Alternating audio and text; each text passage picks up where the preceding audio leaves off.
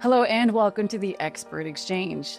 Today we're going to look at the impact of the trade war on the global markets. Joining me is Portfolio Manager of Global Equities for Pillow Investments, Alpha Ba. Alpha, thanks so much for joining me again. Thank you for having me, Korea. Now, to get right into it, how is the U.S. trade war affecting the global markets? Yeah, so I think what we're seeing here in a nutshell is the U.S. profoundly reforming, if not blowing up, the rules-based trading and military system that they created at the end of the Second World War. What's happening, though, is the policy change is very haphazard right now.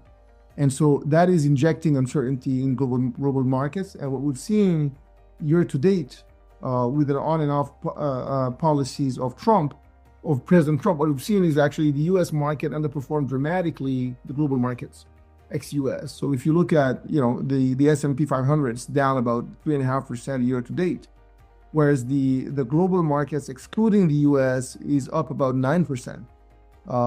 China is up 23%. Germany is up 23%. So that is a change. Canada is up like 9%. So what we're seeing is right now investors are positioning away from the U.S., away from the uncertainty, because the U.S. has gone from being the anchor of the global financial system to being now a disruptor of the global financial system. So the question now is, we don't know if that's a temporary or more permanent change in the U.S.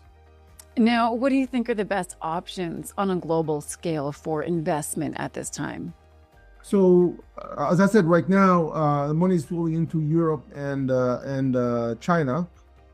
Europe, what's happening there is it's a cheap market in terms of the forward price to earnings ratio. It's about 14 times versus 20 times for the U.S., but it doesn't have much growth over the long term.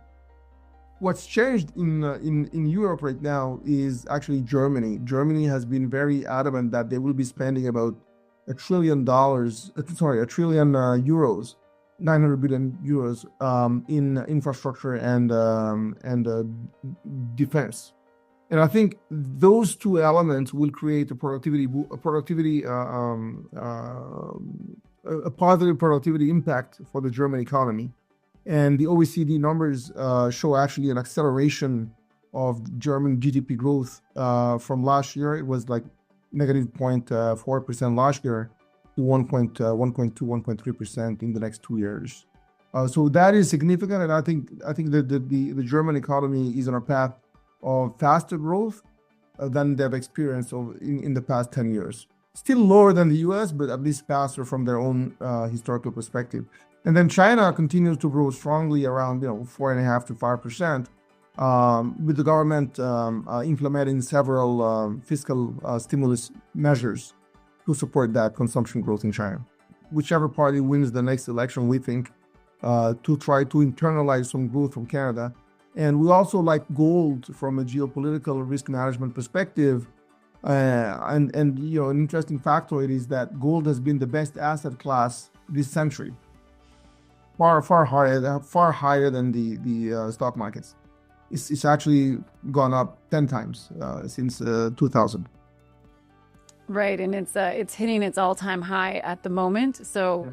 And it doesn't seem. Yeah, what are your thoughts? Is this can we expect this trend to continue? I think the positive trends underpinning this gold rally are sustainable and are long-term in nature. So what are they, right? One, you have central banks around the world diversifying away from their dollar reserves incrementally. It's not dramatic, but incrementally, and that incremental marginal dollar goes into gold. You have geopolitical uncertainty, and if not, geopolitical risks with a couple of wars. And the world seems to always be at the edge of a potential conflict blowing up somewhere. So those things support an allocation to gold. And gold is uncorrelated or uncontrollable by any government, and uncorrelated to the stock market. So I think it gives an interesting hedge for investors. All right. Now, what are you seeing on the Canadian side as a result of Trump's tariff call? Yeah, we've been in Canada, and understandably so. We've been very anxious about the tariffs from President Trump, and rightly so, because 75% of Canadian exports go into the U.S. That's about $400 billion, which represent a 25% exposure of GDP to the U.S. directly. So to the extent that these 25% tariffs from the U.S. side expand and stick after April 2nd, then Canada is probably going to go into a recession. Now, there are a couple of potential good news there. Number one is President Trump might actually enact reciprocal tariffs, which we see as a gracious off-ramp. In that case, the hit would not be too bad from an economic perspective in Canada. Or he might actually go for a 25, 30%, 50% tariff on all Canadian goods. And in that case, the hit will be much more severe and much more durable potentially for Canada.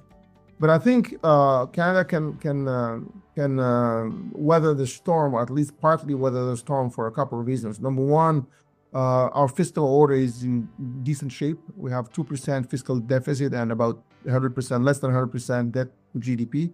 So there is ample fiscal room to absorb the shock and address these issues.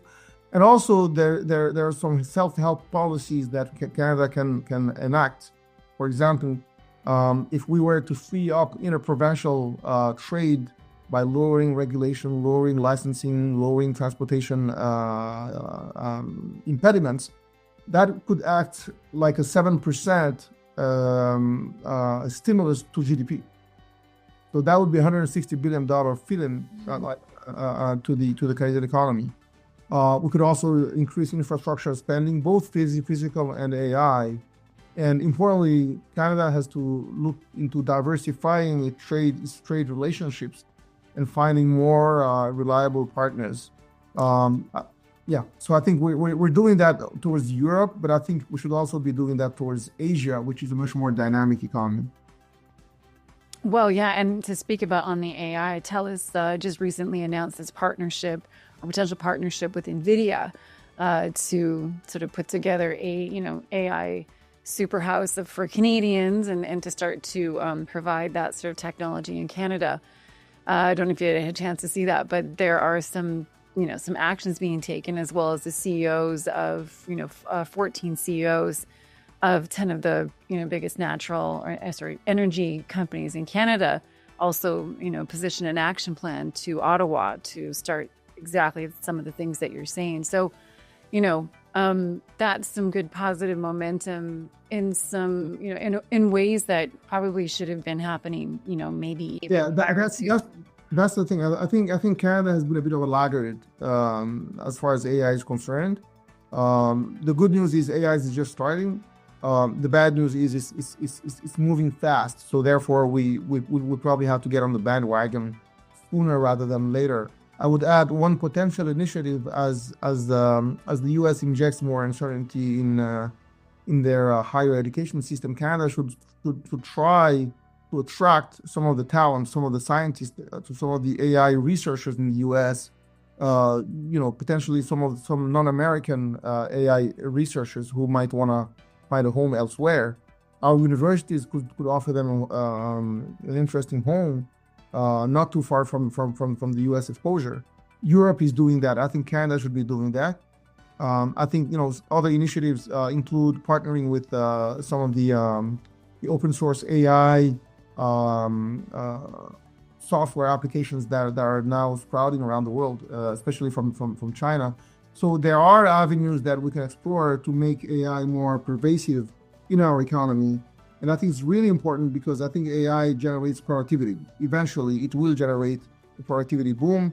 We're seeing already in the US, which has extended AI throughout this economy, we're seeing productivity in the US go up. And I think we should endeavor to do the same thing in Canada. Thank you. That is Alpha Ba from Pillow Investment. You can find him at pillow.investment.com. And for all your market and business news, check out stockhouse.com. Thanks so much for joining me. I'm Karina Robertson.